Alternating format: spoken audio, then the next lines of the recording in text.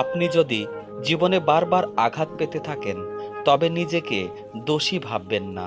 শুধু মনে রাখবেন, যে গাছের ফল বেশি মিষ্টি সেই গাছে বেশি পাথর ছুঁড়ে মারা হয়। যারা তোমার ক্ষতি চায় তাদের আঘাত করবে না, তাদের সামনে একটু হাসি মুখে বাঁচবে। দেখবে তুমি আঘাত করলে যা কষ্ট পেত ওরা তার থেকে বেশি কষ্ট পাবে। সুখে থাকার দুটি পদ্ধতি: পরিস্থিতিকে বদলে দাও, নয়তো পরিস্থিতিকে বুঝে নিজেকে বদলে নাও। জীবনে তিনটি মানুষকে কখনো ক্ষমা করতে নেই। নাম্বার ওয়ান, যে ভালোবাসার নামে অভিনয় করে। নাম্বার টু, যে বন্ধুত্বের সুযোগ নিয়ে বেইমানি করে। নাম্বার থ্রি, যে বিশ্বাস নিয়ে খেলা করে। তুমি যখন বিপদে পড়বে তখন দেখবে রক্তের সম্পর্কের মানুষগুলোই আগে দূরে চলে যায়। বিশ্বাসঘাতককে গালাগালি না দিয়ে ধন্যবাদ বলুন, কারণ সে আপনাকে মানুষ চিনতে শিখিয়েছে। কখনো কখনো সব সত্যিটা জানার পরেও চুপচাপ মিথ্যেটাও শোনা দরকার। কিছু মানুষ কতটা নাটক করছে সেটা দেখার জন্য। কেউ যদি তোমার সাথে কথা বলা বন্ধ করে দেয় তাহলে বুঝে নিও তোমার পিছনে তারা তোমারই নিন্দা করা শুরু করে দিয়েছে।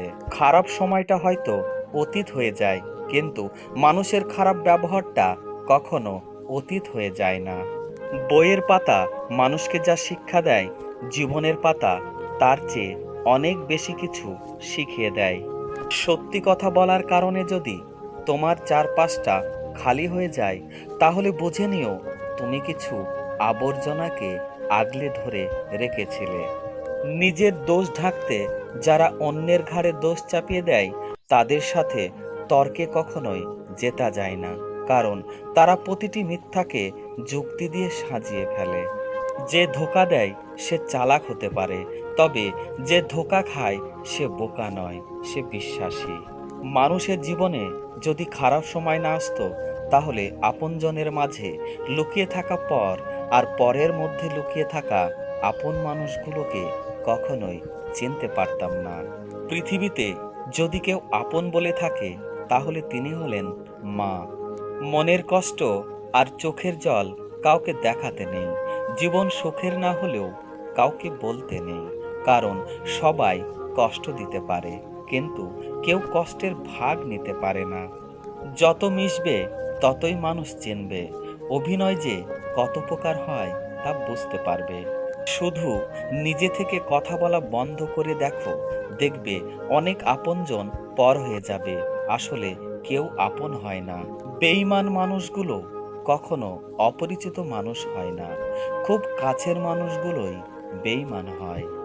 পাতা ঝরার আগে পাতার রং বদলে যায়, আর মানুষ বদলানোর আগে কথা বলার ধরন বদলে যায়। গরিব হোক বা ভিখারি, তাদের সাথে কখনো খারাপ আচরণ করবেন না, কারণ গরিব হতে বেশি সময় লাগে না। মানুষ গরিব হয় স্ত্রীর চারটি কাজে। নাম্বার ওয়ান, যে স্ত্রী স্বামীর রোজগারে অসন্তুষ্ট থাকে। নাম্বার টু, যেসব নারী পরকীয়ায় আসক্ত হয়ে পড়ে। নাম্বার থ্রি, যে নারী সংসারকে হাতের মুঠোয় রাখার চেষ্টা করে। নাম্বার ফোর, যেসব নারী বিনা প্রয়োজনে অর্থ ব্যয় করে। পরিস্থিতি যে কোনো সময় পরিবর্তন হতে পারে, তাই জীবনে কাউকে কষ্ট দিও না। আজ হয়তো তুমি শক্তিশালী, কিন্তু সময় তোমার থেকেও বেশি শক্তিশালী। কথা শিখতে একটা মানুষের 2 বছর সময় লাগে, কিন্তু কোথায় কি বলতে হয়, কিভাবে বলতে হয়, কি বলা উচিত নয় তা শিখতে সারা জীবন লেগে যায়।